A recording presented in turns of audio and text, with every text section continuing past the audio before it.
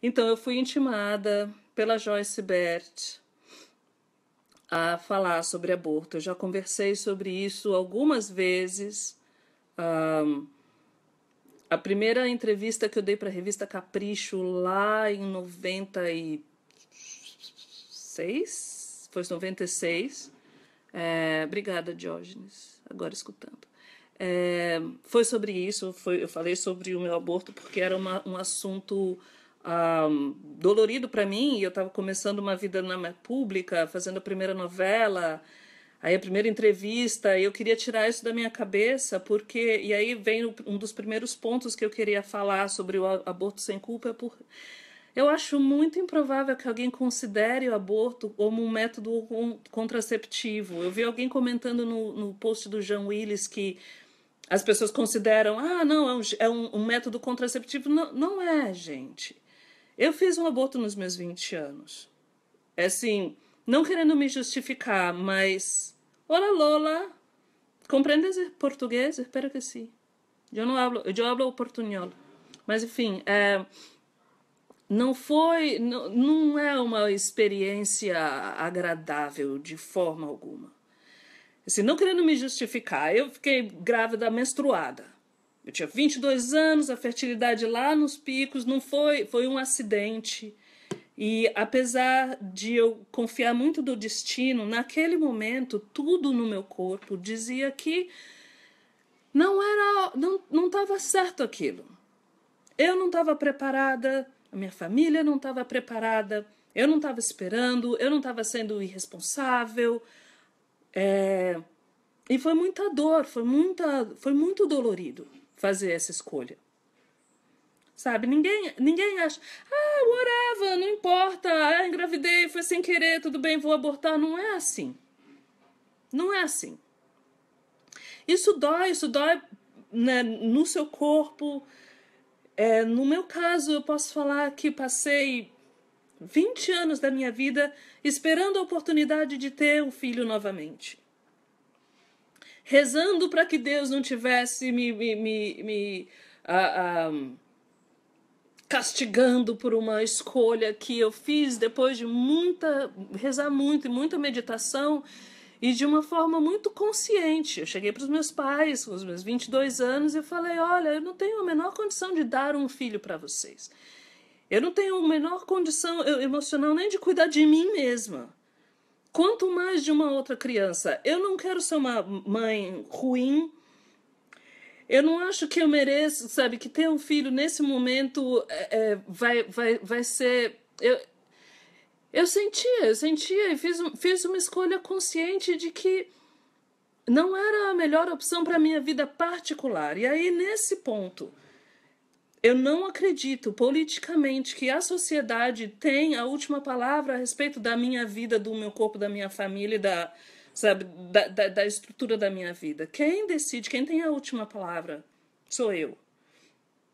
Porque, como cidadã, e eu acredito que cidadania é uma posição política, como cidadã, esse corpo aqui é meu. É meu. A última palavra, sabe, é minha. Ainda mais tendo, sabe, na plenitude das minhas faculdades mentais, espirituais, emocionais. A sociedade não está acima da minha pessoa enquanto indivíduo. E eu acho que essa discussão é muito importante. Eu estava conversando agora há pouco com meu marido, um pouco antes de entrar aqui, eu estava conversando com ele sobre isso. E ele é irlandês. Na Irlanda tem uma lei que diz que um médico não pode realizar aborto numa mulher em hipótese alguma.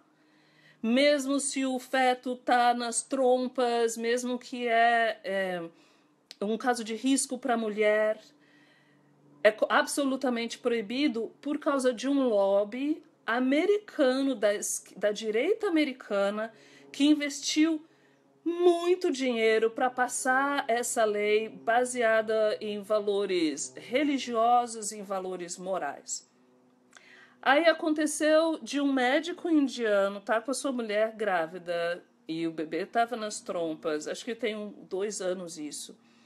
E eles estavam viajando, estavam na Irlanda e a mulher foi para o hospital e eles não podiam fazer nada e essa mulher morreu. E esse médico agora está processando o Estado, né? Está processando o Estado irlandês, né, pelo assassinato, né, pela falta de apoio, falta de suporte para a esposa dele que estava numa gravidez de risco. Isso não acontece no Brasil. O Brasil tem leis onde, né, o aborto é legalizado em casos, né, de estupro, é legalizado em casos de risco, né, para a vida da mãe. E aí, por questões morais, que na minha perspectiva não é uma questão, você não pode julgar a mulher que está vindo em busca de socorro, né, pela própria saúde.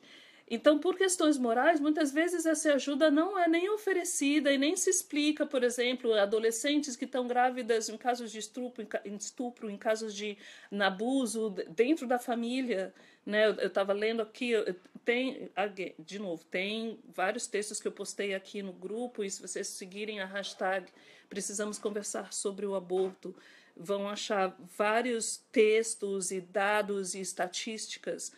Mas isso, por questões morais, às vezes essa ajuda é negada. E você tem...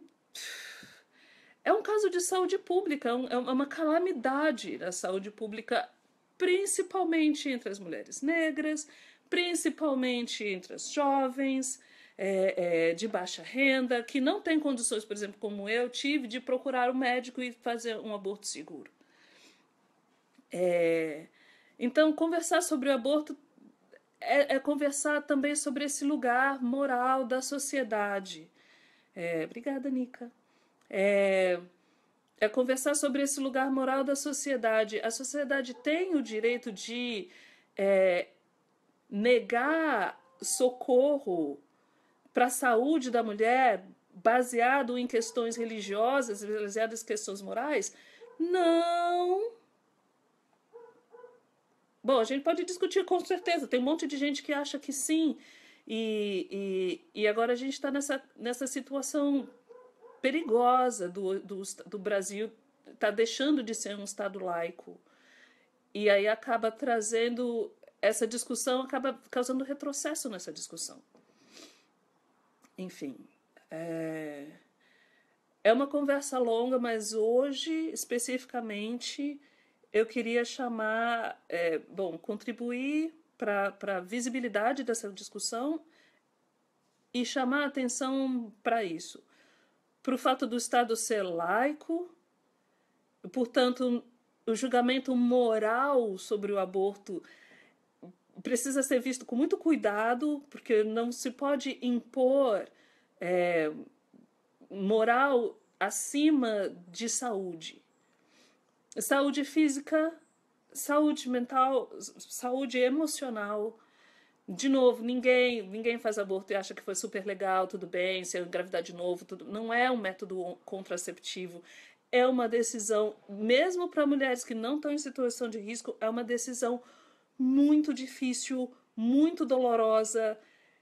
Eu posso falar por experiência própria, ninguém passa batido por uma experiência dessa. Isso é uma coisa que você leva junto com você. É uma escolha que você faz em nome da sua família. É uma escolha de mãe. Assim como eu sou a favor né, de se você está com alguém, um familiar em estado vegetativo no hospital, e a gente sabe o quanto a indústria indústria da saúde, que não é da saúde, né, da indústria da falta de saúde lucra com doenças e lucra com, às vezes, tratamentos que são a longo prazo e que não vão trazer qualidade de vida e muitas vezes acaba usando essas doenças para fazer pesquisa. e usam essa, não, mas você não pode desligar as máquinas porque a eutanásia é crime, e acaba deixando muitas famílias em situação profundamente traumatizante. Então, esses assuntos que são os mais delicados e são os assuntos de vida e morte precisam ser tratados de uma forma delicada. Não dá para ficar jogando achismos e apontando dedos, né? Vindo, mas eu acho. Não importa o que você acha. Importa que a gente tenha uma lei que seja saudável para a perpetuação da nossa espécie, né? Porque muitas pessoas, né, de direita, vou dizer de direita, mas muitas pessoas que são, né, contra a legalização do aborto, de legislações lúcidas, né, sobre a questão do aborto, não se movimentam tanto na relação da vida, do genocídio do povo negro brasileiro, na verdade do mundo inteiro, né? Não se mobiliza tanto a favor da mãe que não tem condição de cuidar do filho, a favor da vida dessas crianças, da qualidade de vida dessas crianças, da qualidade de vida dessas famílias. E pronto. Eu acho que dá para eu ler vocês, ninguém está conversando muito comigo. Também não quero ficar chovendo numa olhada aqui, ficar repetindo, ficar aqui horas gastando o tempo de vocês para repetir tantas coisas que a gente já está conversando com tanta... Tem sido tão acirrada essa discussão nos últimos anos, graças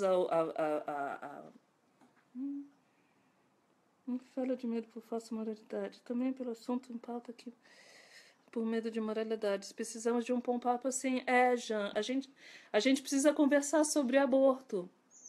Nesse dia 28, que é um dia marcante, são 24 horas sobre esse assunto, mas não vai morrer hoje. E nem eu queria agradecer aqui publicamente também todo mundo que trabalha nesse assunto. Todas as ONGs, todas as pessoas que tomam partido para si e todas as mulheres que estão participando dessa conversa hoje. Quero deixar meu salve e meu agradecimento. E é isso, aqui a minha contribuição sincera. Eu espero poder colaborar de uma forma efetiva para a consciência e principalmente pela solidariedade e a compaixão entre os seres humanos, entre nós, enquanto seres humanos. A gente está numa fase do mundo em que a crise moral, ética, estética é muito grande, né? As redes sociais, que de um lado são uma ferramenta muito importante para a nossa comunicação, também estão deixando a gente muito intoxicado. Então, algumas decisões estão sendo tomadas, não sendo tomadas, mas alguns assuntos delicados como esse estão sendo conversados de uma forma muito passional, muito, né,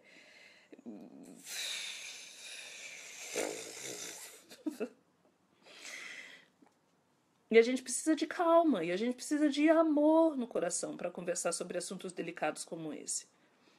Sem amor, em primeiro plano, eu acho que essa é a mensagem que eu posso trazer assim, mais sincera. Sem amor, em primeiro plano, sem amor, sabe, sem um óculos de compaixão, ainda mais o Brasil, um país cristão. Eu sei que tem essa coisa, a bancada evangélica também é cristã. Eu sou mais cristã do que no sentido de estar ligada essa entidade crística. Eu não queria ser piegas aqui, mas é verdade. Jesus é meu pastor. Eu não tenho uma religião, eu não sou católica, mas eu sou bem cristã porque tem essa relação pessoal. Voltou.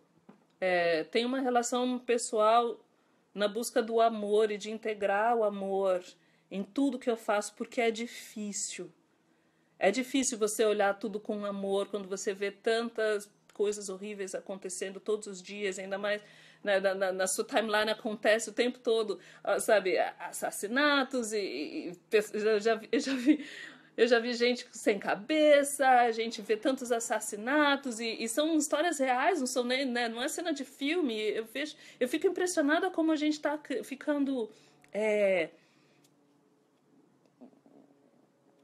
a gente está criando uma crosta, sabe, na nossa forma de ver as coisas e está lidando com assuntos muito importantes e muito violentos de uma forma muito superficial. E me assusta. E o que mais me assusta é isso. O amor não é tão propagado quanto o ódio e a intolerância. Conversar sobre aborto de uma forma honesta é conversar sobre aborto de um ponto de vista amoroso em relação ao outro. Porque é uma questão de vida e morte e é uma questão muito mal resolvida. A gente tem uma relação muito ruim com a morte, infelizmente. A gente precisava conversar mais sobre morte para entender, para dar mais valor sobre a vida. Não dá para tratar esse assunto com medo. Não dá para tratar esse assunto com o assunto da morte, né? Eu tô falando. Não dá para tratar o assunto da morte sem, sabe, não vou dizer se proteger, se firmar no amor incondicional de Deus, que é acima de todos nós e tem um plano maior. Eu sinceramente acredito nisso, eu tenho fé e esperança nisso. Que Deus, através do Cristo, tem uma relação direta com a gente e essa força, que é uma força cósmica transcendental, é muito mais inteligente do que nós, meros mortais, que estamos aqui tentando resolver as nossas cagadas que são kármicas. Então, confiar mais em Deus. Quando eu tive que fazer a minha escolha, eu não me fiei no que eu achava, eu me fiei sinceramente na resposta que eu tive dentro de mim às minhas preces. E não me arrependo, porque eu tive que viver com essa escolha a minha vida inteira. Isso por si só não é castigo, é responsabilidade e consequência. Então, quando você faz uma escolha sobre você já está aceitando a consequência, porque tem a consequência de um lado, tem a consequência do outro lado. Tem a consequência de dizer sim, tem a consequência de dizer não. Tem amiga de 16 anos que teve filho e é feliz e está tudo certo, né? Foi fácil, não foi fácil, mas não é a gente não está discutindo sobre isso, a gente está discutindo sobre a questão de saúde pública, da necessidade dessas escolhas serem feitas com estrutura, com infraestrutura. Muita mulher morrendo por falta de estrutura, quando a escolha nem é viável, né? Quando é uma questão de saúde, como faz? A gente precisa do apoio da sociedade para a estrutura. Não é para a gente fazer nossas escolhas, mas que a estrutura esteja disponível, né, para que a gente possa cuidar da nossa saúde de verdade. Eu espero não estar sendo muito tão chato a gente se expor dessa maneira, porque, né, tá aqui falando e um monte de coisa passando na minha cabeça, vários sentimentos vindo dentro deixa a gente expressões como enfim, tô aqui há horas, né? A Kellen tá falando comigo.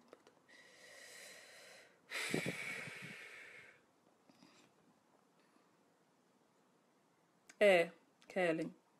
A Karen está dizendo, é muito importante esse tipo de relato, principalmente vindo de pessoas com mais visibilidade como você, para que as pessoas entendam sobre para que as pessoas entendam sobre a assistência que não é dada às mulheres, sobretudo pobres, que morrem por causa disso. A questão é muito ampla e precisa ser muito discutida. Isso. Quando tomamos essa atitude, acabamos nos sentindo culpadas. A Cida está dizendo, é bom dividir com alguém que passou pela mesma coisa, é algo que não se esquece. É algo que não se esquece. Imagina, você passa a vida inteira sabendo dessa escolha. Eu passei a vida inteira, eu passei 20 anos com saudade dos filhos que eu não tive. Quando a minha irmã teve os filhos dela, eu peguei o bebê no colo, ficava chorando. Eu sabia que eu estava chorando de emoção por ter meu sobrinho, mas eu também estava chorando de tristeza porque eu sabia da escolha que eu tinha feito. Você não passa por esse tipo de situação e tá tudo bem. Você vive com a sua escolha, você vive com a responsabilidade da sua escolha. Então vamos parar de culpar a mulher que faz uma escolha consciente. E usar isso como desculpa para não conversar sobre uma questão de saúde no Brasil. A questão de não se oferecer apoio às mulheres que precisam, às vezes, fazer um aborto por uma questão de saúde. É crítica a situação.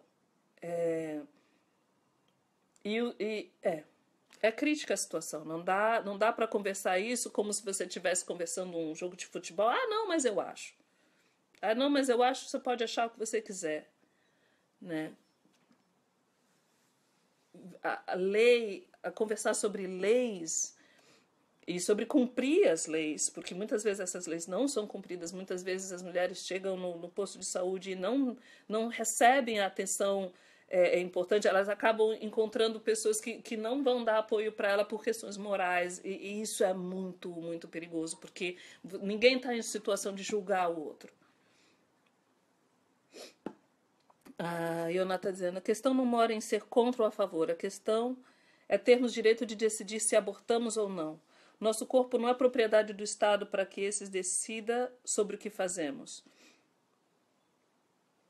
O que o feminismo quer é discutir o número de mulheres que vão a óbito vitimadas pelo aborto clandestino.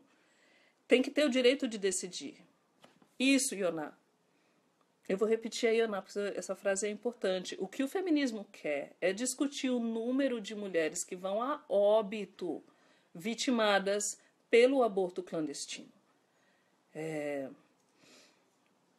A gente tem que ter o direito de decidir e a gente tem que ter estrutura para que essa decisão não nos mate. Achar que a vida da mulher é menos importante do que a gestação dela é perigoso, é muito perigoso. E muitas mulheres estão morrendo por conta disso, todos os dias.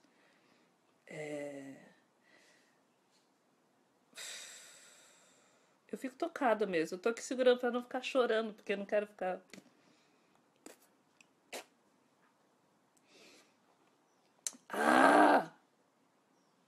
Enfim, eu acho que é isso.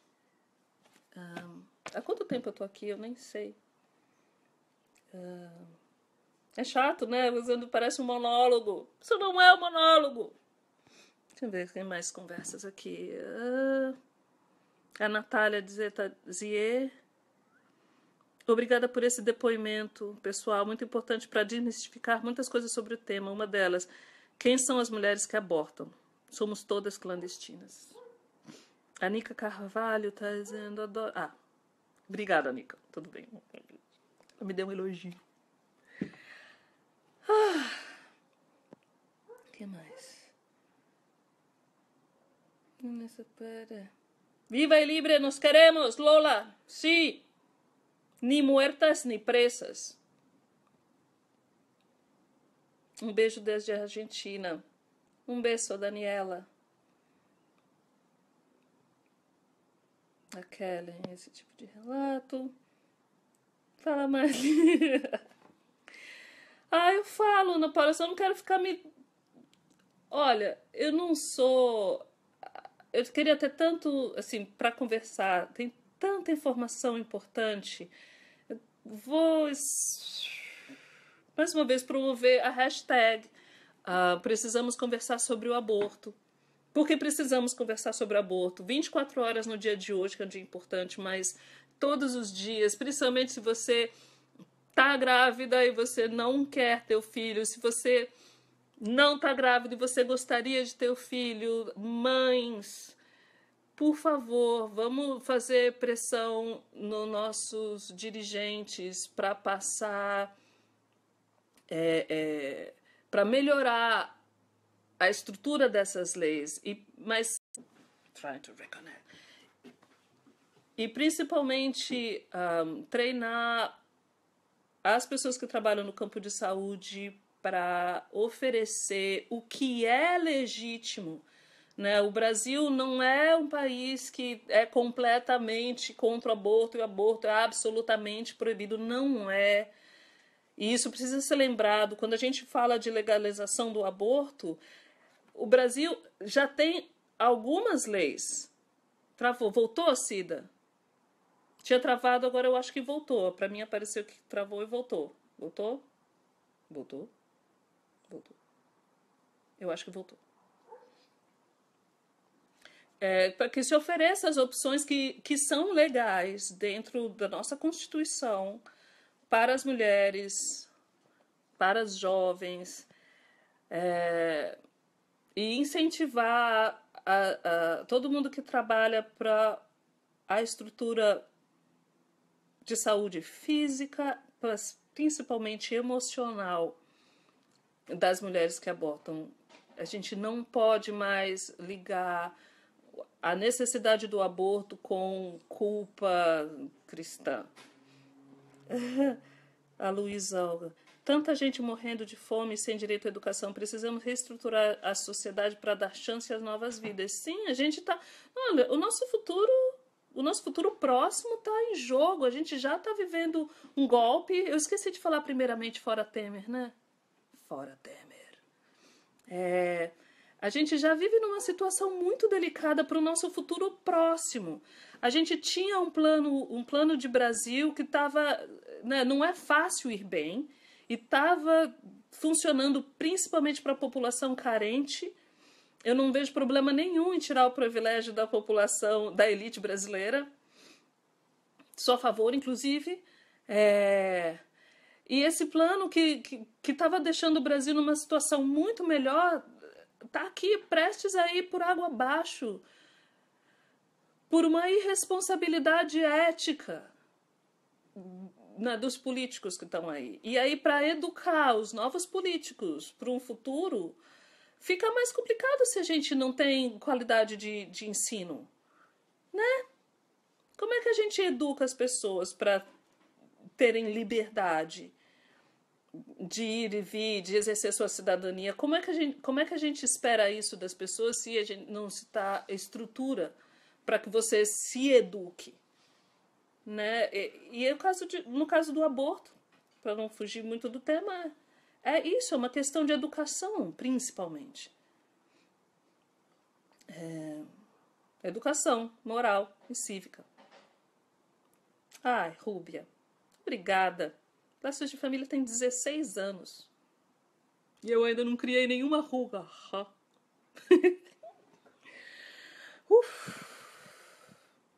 Enfim, é isso. Acho que eu conversei o suficiente.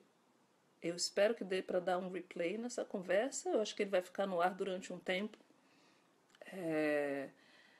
Eu vou ficar aqui o resto desse dia. Eu tô 4 horas antes de você, do horário do Brasil, mas vou ficar aqui o resto da minha tarde conversando, compartilhando, retweetando não, que eu tô no Facebook.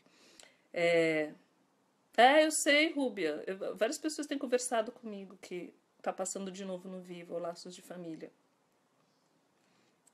Obrigada, Cida. E é isso, tamo junto. Não é um assunto confortável. Não é um negócio legal de ficar conversando, eu sei. Mas se a gente não falar sobre os assuntos que são desconfortáveis, se a gente não falar sobre os assuntos que são perigosos para a estrutura da nossa sociedade, né? Não dá para dizer que a gente está investindo num futuro de qualidade se a gente não conversa com os assuntos que são osso duro de roer. Então, avante. Obrigada pela atenção. Desculpa qualquer coisa. Tamo junto. Beijo.